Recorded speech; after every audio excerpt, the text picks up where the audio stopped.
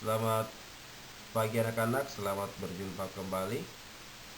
Di pertemuan kita kali ini kita akan membahas mengenai jenis permainan bola kecil yang kedua, yaitu bulu tangkis. Yang pertama kita akan membahas mengenai pengertian dari permainan bulu tangkis. Poin A. Kita langsung saja, permainan ini terdiri dari dua kata, yaitu bulu dan tangkis. Secara harfiah, olahraga ini bisa diartikan sebagai permainan yang dilakukan dengan cara menangkis bola bulu menggunakan raket.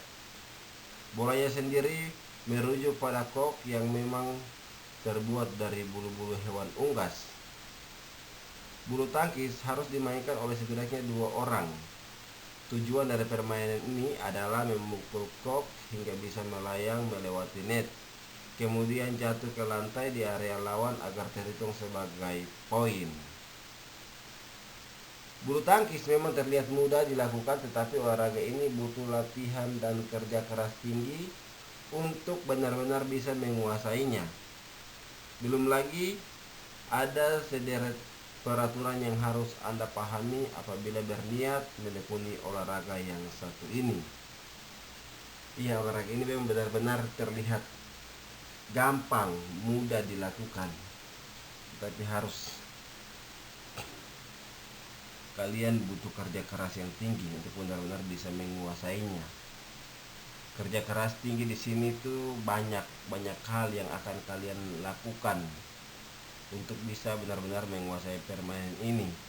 Mulai dari posisi berdiri, langkah kaki kalian, fisik, itu semua dibutuhkan dalam olahraga ini. Jadi seperti itu ya anak-anak. Oke, kita lanjut.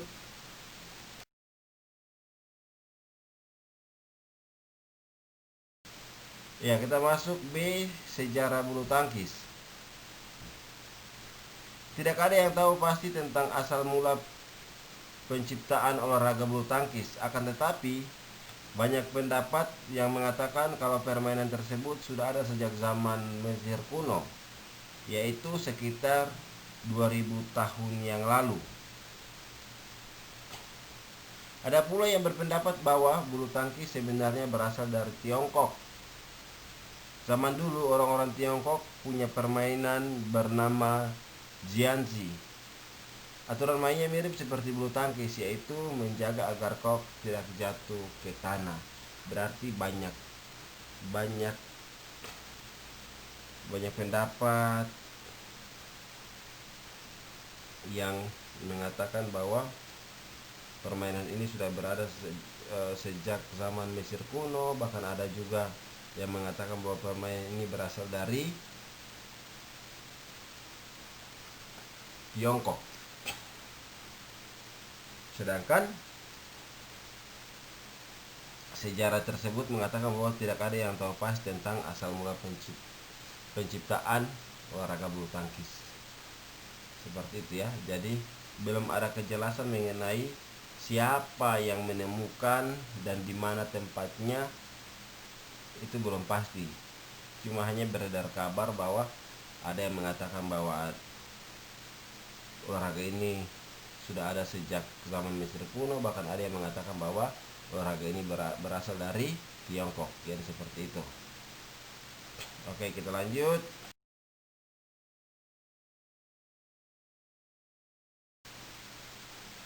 Permainan serupa juga sudah berkembang di Inggris dengan nama Battledore and Shuttlecock. Peraturannya adalah pemain harus menjaga kok agar tidak jatuh dan tetap di udara dengan cara memukulnya selama mungkin. Bulu tangkis modern konon merupakan hasil improvisasi dari permainan tersebut.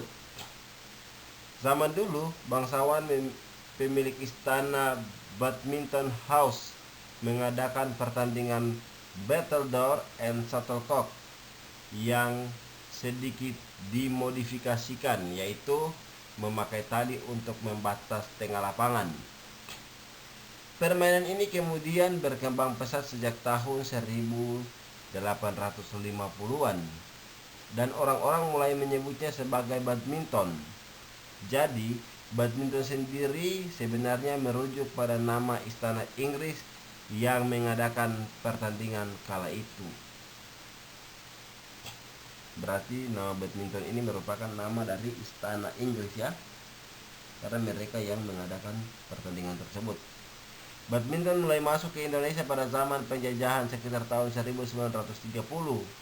Akan tetapi olahraga ini baru bisa berkembang di tahun 1947, 2 tahun setelah Indonesia merdeka ya, atau setelah Indonesia merdeka. Itu sangat jelas dikatakan demikian.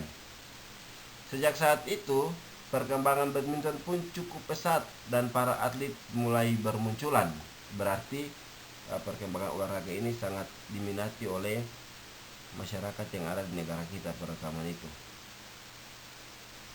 Di tahun 1951 terbentuklah Persatuan Bulu Tangkis Seluruh Indonesia atau PBSI yang menaungi aktivitas badminton di dalam negeri. Sampai sekarang badminton jadi salah satu olahraga kebanggaan Indonesia karena mampu bersaing dengan atlet-atlet mancanegara. Iya, olahraga ini memang sangat berkembang dengan baik di negara kita. Kita lihat saja banyak pemain nasional kita yang mampu menguasai dunia. Salah satunya itu Susi Susanti. Yang sekarang itu banyak lagi pemain-pemain muda yang bisa bersaing di kancah internasional dalam olahraga bulu tangkis. Ya, seperti itu. Oke, kita lanjut.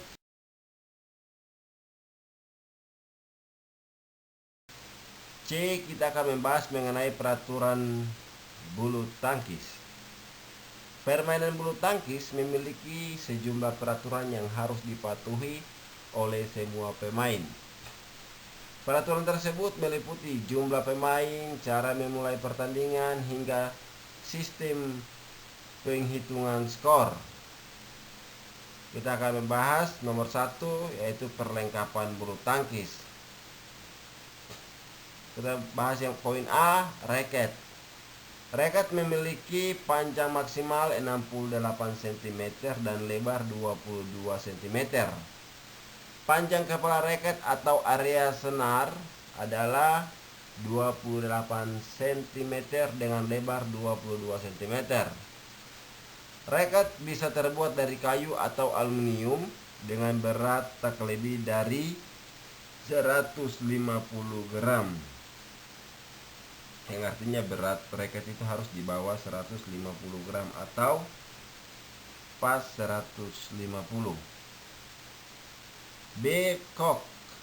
Kok terbuat dari 16 helai bulu yang ditancapkan pada gabus berdiameter 25 sampai 28 mm berdiameter atau lingkarannya. Berat standar kok adalah sekitar 4,74 sampai 5,5 gram, itu berat. Sedangkan tinggi kok antara 64 sampai 74 mm. Yang kedua, jumlah pemain. A. Tunggal, yaitu 1 lawan 1 dan bisa dimainkan oleh putra maupun putri. B. Ganda, yaitu satu tim terdiri dari 2 orang. Dan C. Ganda campuran, yaitu satu tim terdiri dari 2 orang, 1 putra dan 1 putri. Ya, itu mengenai peraturan permainan bulu tangkis. Yang pertama kita membahas mengenai perlengkapan bulu tangkis, dan yang kedua jumlah pemain dalam permainan bulu tangkis. Ya, jadi ini adalah pembahasan mengenai peraturan yang sangat baik dan harus kita ikuti dan harus kita tahu. Misalnya seperti panjang raket yang harus digunakan dalam permainan bulu tangkis itu panjangnya berapa, terus diameter kepala raketnya itu berapa, terus berat raketnya juga berapa. Begitupun dengan kok. Kok itu terbuat dari apa, terus diameter gabusnya itu berapa lingkarannya, terus berapa berat shuttlecock itu harus kita tahu. Oke, jelas ya anak-anak. Oke, kita lanjut.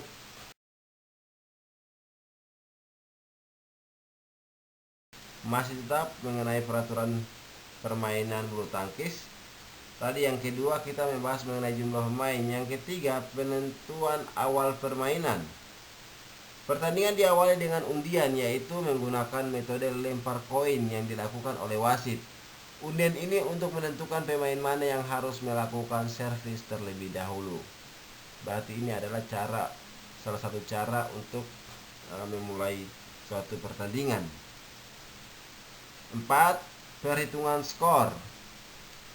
Penentuan kemenangan di olahraga ini menggunakan sistem best of 3. Pemenang 2 babak. Jadi permainan bulu tangkis bisa berlangsung sebanyak 2-3 babak. Apabila ada pemain yang memenangkan 2 set berturut-turut, babak ketiga tidak perlu dilakukan. Di tiap setnya pemenang adalah pemain yang berhasil mengumpulkan poin 21 lebih dulu. Apabila terjadi kedudukan imbang di skor 20-20, jus atau tambahan, maka pertandingan akan dilanjutkan sampai salah satu tim unggul dengan selisih 2 poin. 2 poin yang dimaksud di sini adalah seperti 20, 22-20, 23-21, seperti itu ya, selisihnya 2 poin. Sistem best of 3 ini yang dimaksud adalah pemenang 2 babak. Dalam arti begini, namanya permainan bulu tangkis itu akan diselesaikan dengan 3 babak. Tetapi pada saat atau 3 set. Tetapi pada saat set pertama dan set kedua, misalnya tim kelas 10 MIPA 1 berhadapan dengan kelas 10 MIPA 2. Dalam 3 set yang direncanakan, ternyata dalam pertandingan berlangsung 2 set pertama, set 1 dan set 2, tim dari kelas 10 MIPA 1 telah memenangkan 2 set tersebut secara berturut-turut. Maka dengan sendirinya pertandingan akan dihentikan dengan kemenangan oleh tim dari kelas 10 MIPA 1. Kenapa demikian? Karena tinggal 1 set tersisa. Apabila pertandingan akan dipaksa untuk dilanjutkan, maka pasti kemenangan tetap milik tim kelas 10 MIPA 1 karena mereka sudah mendapatkan 2 kemenangan di set pertama dan set kedua. Tinggal 1 set lagi. Maka dalam peraturan permainan bulu tangkis itu, apabila satu tim telah memenangkan 2 set berturut-turut, maka tidak perlu lagi dilakukan pertandingan pada set ketiga atau set terakhir tersebut. Seperti itu ya anak-anak. Jelas ya? Oke, kita lanjut.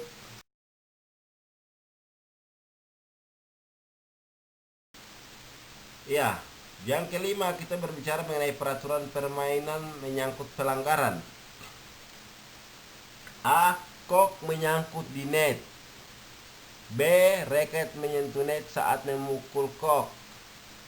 C. Saat melakukan pukulan, raket melewati net dan masuk ke area tim lawan. D. Kok sudah dipukul tetapi jatuh di area sendiri, tidak berhasil melewati net. E. Saat menerima servis, pemain sudah bergerak dulu sebelum kok berhasil dipukul. F. Saat melakukan atau menerima servis, pemain menginjak garis batas lapangan. G. Kok jatuh di luar lapangan atau meluncur lewat bawah net. H. Kok dipukul 2 kali, baik oleh 1 maupun 2 pemain dalam satu tim. I. Pemain sengaja mengulur-ngulur waktu pertandingan. Dan J. Pemain secara sengaja melakukan hal yang mengganggu tim lawan. Ini adalah beberapa pelanggaran yang harus kita tahu. Kenapa harus kita tahu? Supaya kita tidak boleh melakukan pelanggaran ini. Apabila kita dalam permainan atau pertandingan kita melakukan ada 1, 2, 3, 4, 5, 6, 7, 8, 9, dan 10 jenis pelanggaran ini, maka kita memberikan kesempatan kepada lawan. Kesempatannya apa? Kita memberikan poin cuma-cuma kepada lawan untuk lawan mendapatkan poin. Maka kita harus menguasai dulu ini pelanggaran-pelanggaran dalam permainan bulu tangkis ini, apa jenis pelanggarannya. Dan pelanggaran ini terjadi karena apa? Ini. Yang pertama, kok menyangkut di net. Kok menyangkut di net itu ketika kita pukul bola tidak lewat. Raket menyentuh net saat memukul bola, ini tidak boleh. Seperti itu ya. Jadi ini ada 9 jenis pelanggaran ini kita harus jauhi. Tujuannya untuk apa? Untuk tidak membuat kita memberikan poin cuma-cuma kepada lawan. Seperti itu ya anak-anak. Oke, kita lanjut.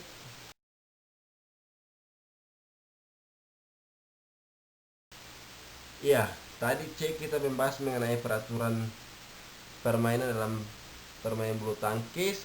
Kita masuk di poin yang atau D, kita masuk dengan materi ukuran lapangan bulu tangkis.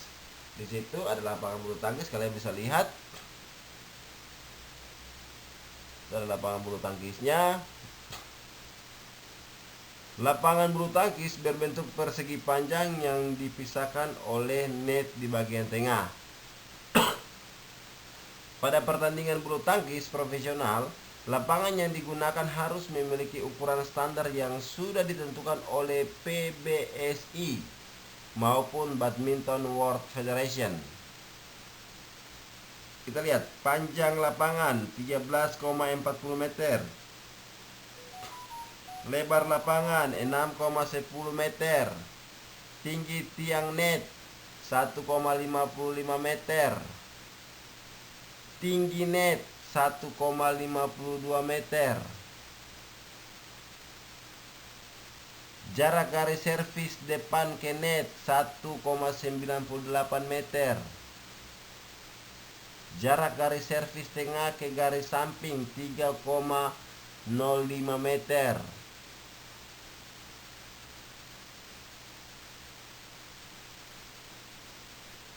Jarak garis servis belakang ke garis belakang 0,76 meter. Ini untuk permainan ganda. Dan yang berikutnya, jarak garis samping ke pinggir lapangan 0,46 meter untuk permainan tunggal. Jadi di sini sangat jelas masing-masing permainan dengan ukurannya, ada tunggal, ada ganda. Seperti itu ya anak-anak. Jadi ini di ukuran lapangan, ada gambar lapangan di atas, kalian bisa cocokkan benar atau tidak. Tapi ini semua sudah benar, kalian bisa ikuti dan lihat. Oke, kita lanjut.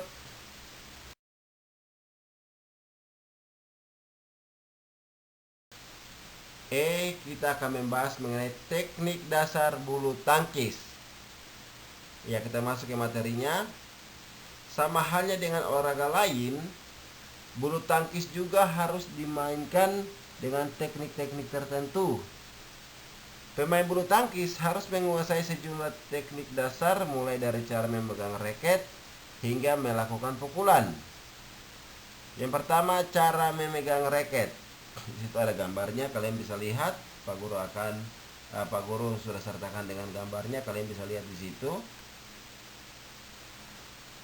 Walau terlihat sepele, pemain harus bisa memegang raket dengan benar. Tujuannya agar raket tidak gampang terlepas dan bisa dikendalikan dengan mudah. Memegang raket dengan benar juga bisa menghasilkan tenaga yang kuat sehingga pukulannya pun bisa sempurna. Teknik memegang raket sebagai berikut. Ya, kita lihat.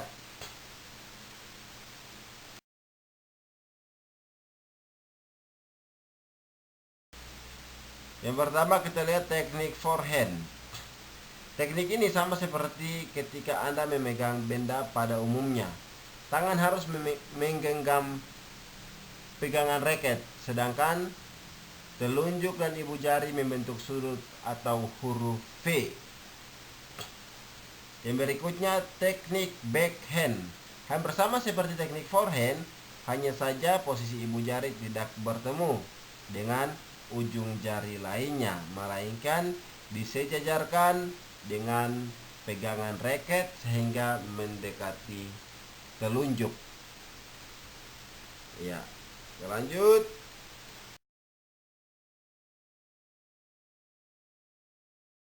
Kita masuk ke yang kedua, posisi badan atau sikap berdiri, stance. Sikap berdiri dalam olahraga ini membutuhkan keseimbangan dalam hal ini. Pemain tidak hanya berdiri tetapi juga harus dalam posisi siap bermain. Iya benar.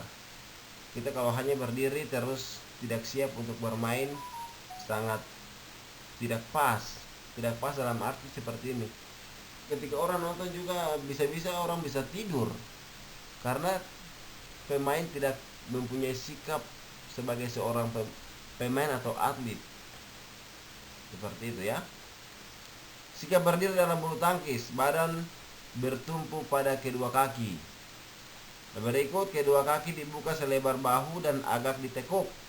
Bisa juga salah satu kaki ke depan dan yang lain sedikit ke belakang. Dan tangan agak diangkat dan ditekuk sehingga rekat sejajar dengan dada atau kepala. Ini adalah posisi badan atau sikap berdiri. Ya, itu ada gambar, kalian bisa melihat seperti itu anak-anak. Kita lanjut.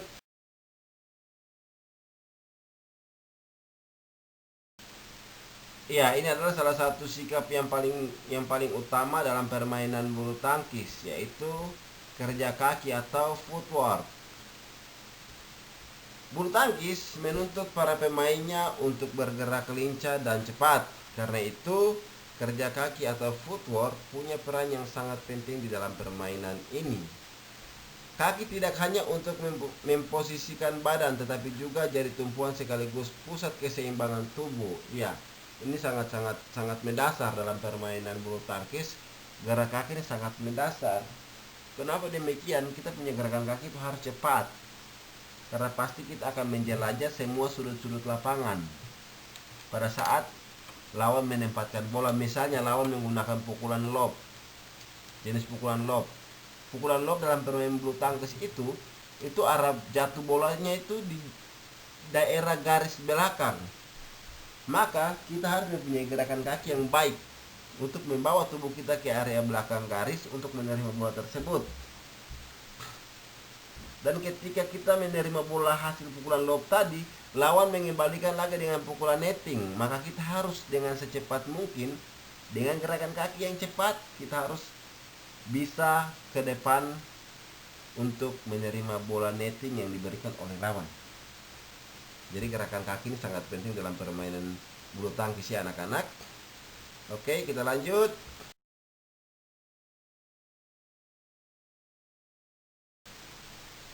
Ya, kita masuk ke teknik yang berikut adalah servis dalam permainan bulu tangkis. Servis artinya memukul kok untuk memulai permainan. Kok yang dipukul harus menghadap pada area lawan yang melewati net. Teknik servis sendiri ada 3 macam, yaitu sebagai berikut. Servis pendek atau forehand pendek. Pemain memukul kok dengan tidak begitu kuat. Akibatnya kok meluncur dan akan jatuh di sekitar net atau di area depan tim lawan. Yang berikutnya, forehand tinggi. Teknik ini dilakukan untuk membuat kok melambung tinggi dan jatuhnya cukup jauh dari area net. Teknik ini bertujuan agar kok bisa jatuh di belakang pemain lawan sehingga mereka kesulitan untuk mengembalikannya. Yang berikutnya, backhand. Servis backhand dilakukan dengan tenaga sedang, tujuannya agar kok bisa jatuh di dekat garis serang lawan dan mendarat setelah sedikit melewati net. Hal ini juga bertujuan agar lawan kesulitan mengembalikan serangan. Jadi ada 3 jenis servis dalam permainan bulu tangkis dengan tujuan dan arah bolanya masing-masing ya. Seperti itu. Oke, kita lanjut anak-anak.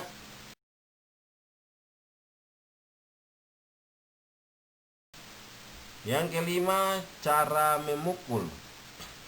Teknik memukul dan mengembalikan serangan kok bisa bermacam-macam.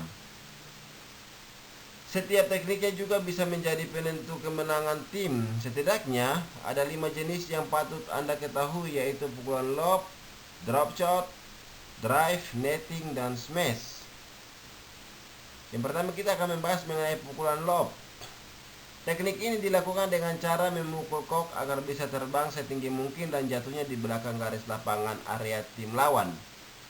Pukulan seperti ini biasanya akan membuat lawan kewalahan sehingga mereka pun jadi cepat lelah. Berarti ada tujuannya ya, arah bolanya kemana dan tujuan dari jenis pukulan ini itu ada.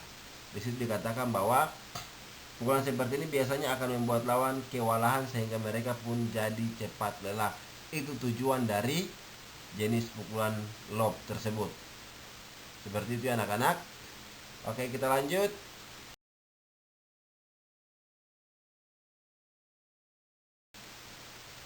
Pukulan yang berikut adalah drop shot. Pukulan drop shot bertujuan untuk mematikan pergerakan lawan. Pukulan ini dilakukan secara lurus dan menggunakan tenaga kecil atau pelan. Tujuannya agar kok bisa jatuh di sekitar net. Teknik ini sering digunakan untuk mengecoh lawan. Pemain biasanya akan melompat dan berpura-pura hendak smash sehingga tim lawan pun bersiap-siap di area belakang. Akan tetapi, pukulan yang dilakukan ternyata adalah drop shot dan kok justru jatuh di dekat net. Ini adalah salah satu jenis pukulan yang menipu. Gerakannya akan menipu lawan. Di situ dikatakan sangat jelas bahwa dilakukan dengan awalan melompat dan berpura-pura hendak melakukan gerakan smash. Padahal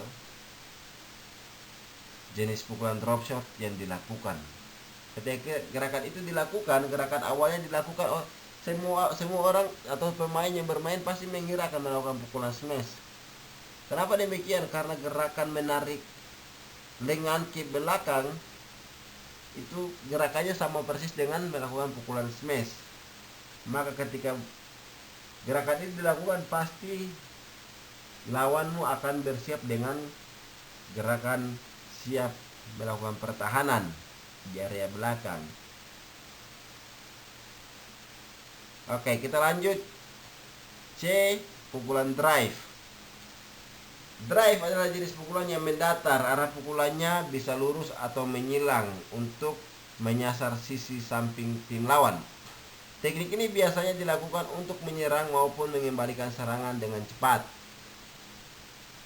Ini pukulan mendatar dan pukulan pendek ya, pukulan pendek mendatar. Ini yang dilakukan. Oke, kita lanjut.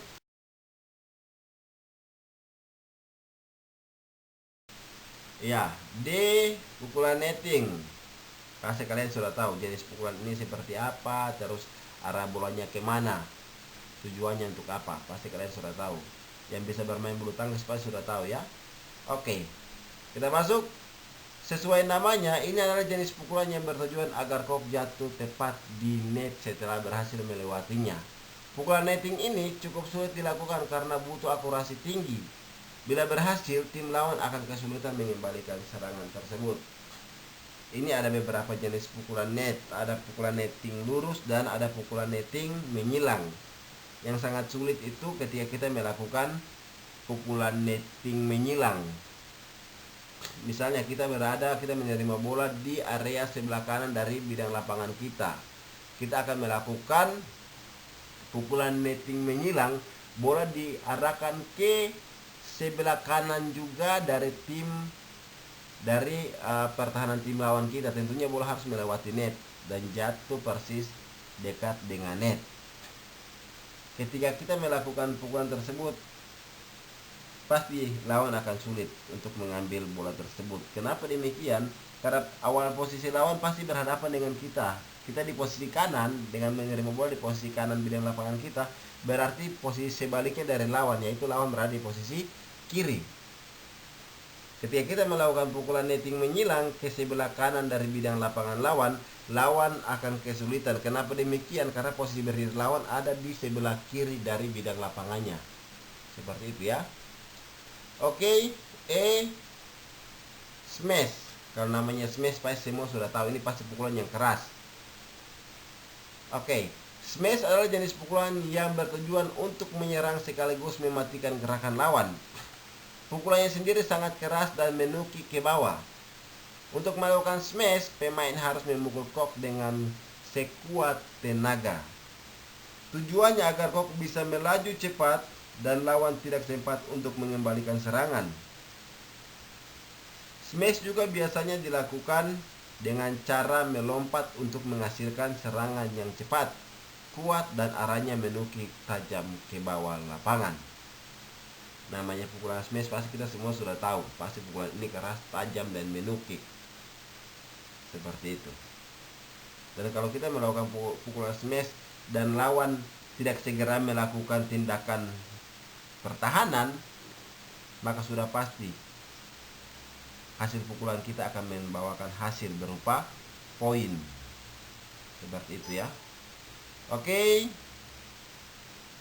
Sekian materi permainan bulu tangkis.